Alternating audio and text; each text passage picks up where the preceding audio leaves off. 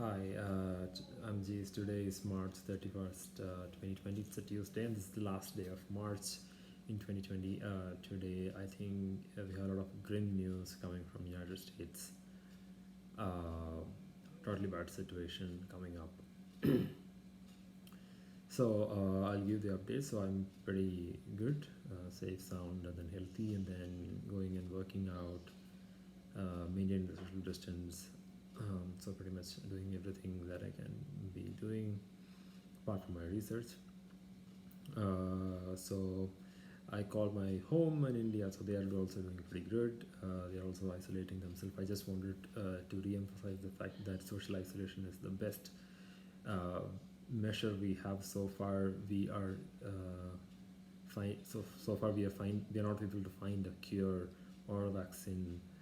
All are under clinical trials, so until they come out, social distancing is the only means that we have. Wanted to highlight that very much at this point. Avoid, keep the safe distance, wash your hands, stay indoors if you can. Leave your home only for essential stuff. My brother, my sister-in-law, and the kids are doing great. They're also safe, sound, and healthy. So they're also not going home. They're quarantined. So that is the basic update that we have from my side. So I think I'll go into the numbers. These numbers are looking very tragic, but I think this is the coming reality that we have to grapple in coming days. So yes, the total number of cases has gone past 800,000. Today at this time it stands at 858,000 people who are tested positive. 42,158 persons have died together, according to the Worldometer. 178,000 people have made a recovery. I think we will see more of these numbers in coming days, but there is also a possibility that we will see more and more deaths coming in response to the number of cases that are being reported, especially in the United States. So I'll go to the cases by the number of cases by the country. So I hope you can see that. So United States has 188,000 people who are tested positive till day, and 24,742 cases are reported today. I think this is the highest number of positive identification in any country. It was earlier, it was only in New York. I think these numbers are spreading into other states very rapidly. Sorry for my voice, it's nothing related to that. I think I'm drinking way less water these days. Italy, on the other hand, 105,000 people affected in total. 4,053 people got affected yesterday. That is the new cases that we have. It has gone down from the previous day. I mean, slightly. So we can see that the number is coming down. So basically we might be having seen the dip and then we are coming down from that side. That's like one of the exciting news that we may have from Europe. Spain, 95,000. It's actually 96,000 close to. 7,967 new cases that are being reported today. China, 81,518. So today they have reported 79 cases. I don't know what happened yesterday. Spain, it is going up slightly. At least by the difference of 100. Germany, 71,808 people have got it so far. 4,923 yesterday was recognized as COVID positive. This number is also going up. Europe is seeing such a drastic case. United States is also seeing. We have the new test coming in, but I think that increases the probability of you getting recognized if you have something. So that helps you to easy isolation, and then people don't wander and spread the disease to other people. So that is the main aim for having the more tests. So we are basically having two new tests, antigen and the antibody test. So basically they are trying to identify the person even when he's asymptomatic. That's what the tests are doing. So March 30, okay, again, then I'm going to show the numbers in death. So Italy has the maximum death recorded. It is 12,428 people in total. 837 people have died, yes, today.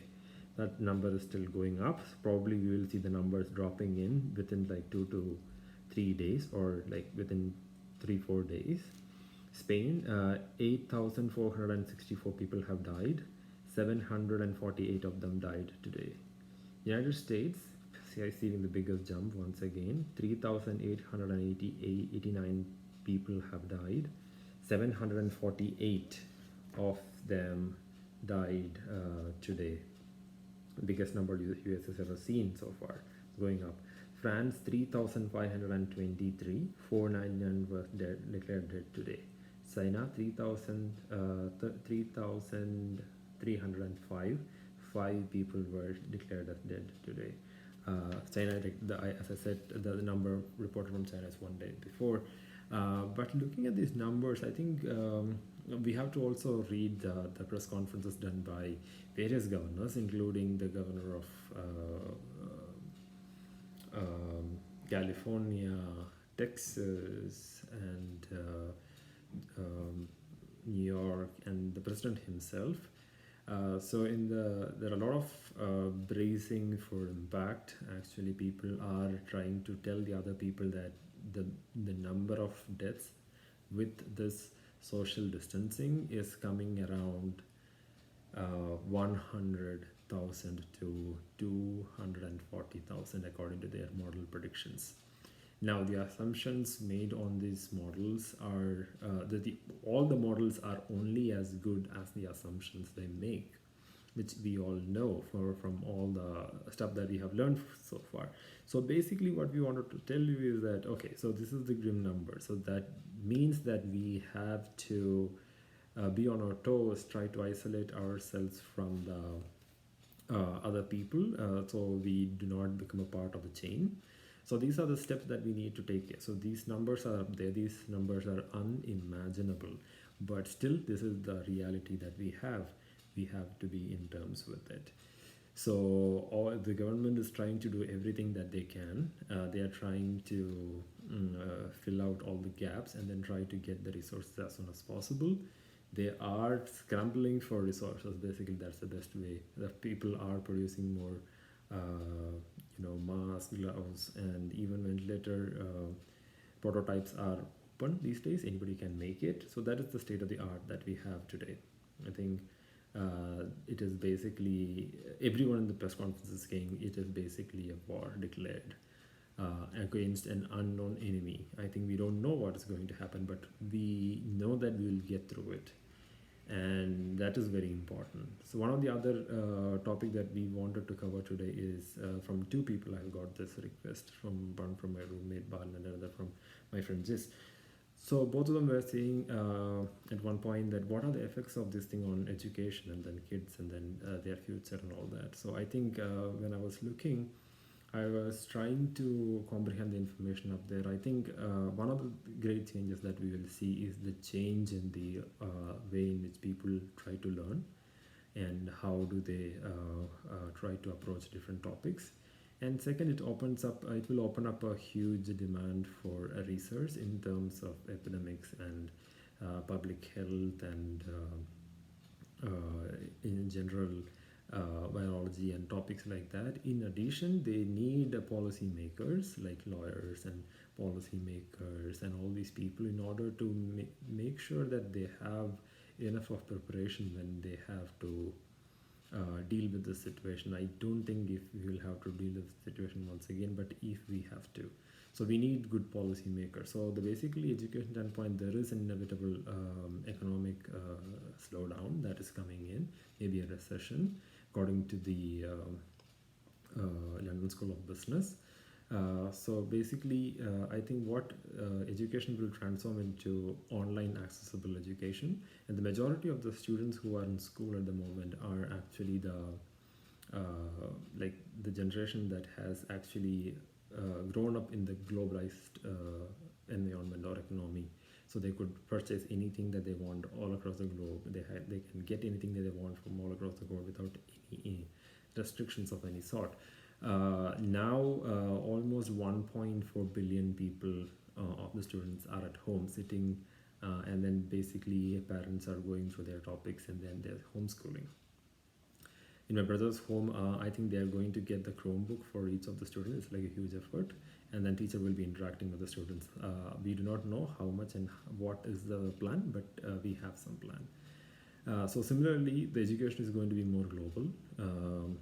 Education is going to be more focused. Research will place an effective role. Policy making will take up many, this research and policy making and how effectively we can make policies, how to brace for these impacts, and technological side, how to help these other researchers in order to help develop a vaccine that is far more easier to test and then to assess the problems and the shortcomings of these vaccines and antiviral drugs and whatever it is. Sequencing this data, how fast can we do that? Biologists have this job to do. Computer science people are going to deal with how to predict these the growth, how to predict these the upcoming events, how to predict the demand and supply. All these areas are going to have having to need some research, serious research going on, how to have this socioeconomic side of it, and then how to have low-income people to deal with all the situation. These kind of policy making and research and all of these things are going to be really important in the future generation. Education per se will change. It will add a global flavor to it. Accessibility and resiliency, so since we have seen it, so there will be more resilient to such kind of school shutdown in the future. So after the Second World War, this is the highest number. This is the time when we have the highest number of people sitting at home all together for the same cause. So World Economic Forum has already released documents about how to deal with the recession and post-recession and the research topics and stuff like that. So one of the important takeaway that we will have is people might get their jobs delayed a little bit. So probably there will be a lot of output of the highly educated people into the market. So these people can actually go and utilize this time to develop themselves, like to train themselves for a better future, or train themselves for some courses which they wanted to do but could never do because of the pressure from outside. So it's like a stop and pause and then wait and then restart mechanism for most of the students. I think those people who are graduating, they will have tough time, but I think they will also go through the grueling process, but I think they will also come out successfully, because most of the skilled workers do research still needs all this highly skilled people once we ramp back up. So research is going to take the front seat, and then we need a lot of doctors. We really came to know that we need a lot of doctors. So how to train these doctors, how to train these good very informed lawmakers, how to get all this AI and related area functioning and working to help humanity, and biology, and even like other areas of physics, and trying to make accurate models about real life. So all these things will be really needed. So all those people who are graduating, you should not panic. I think you might take a delay, but you should not panic. You can go ahead with whatever learnings you might have. You will have opportunity, at least whatever we are seeing, we will have opportunity to do research on any job that we want. So basically we will have more opportunities coming in really soon, but I think this is the time for all of us to get us trained to the best and empower ourselves to the core with all the technologies and it's a learning opportunity for all of us. A lot of people are making the education open source. Even all the computer science research work are open and out until this COVID is over. So basically, I think everybody's trying to help at this moment.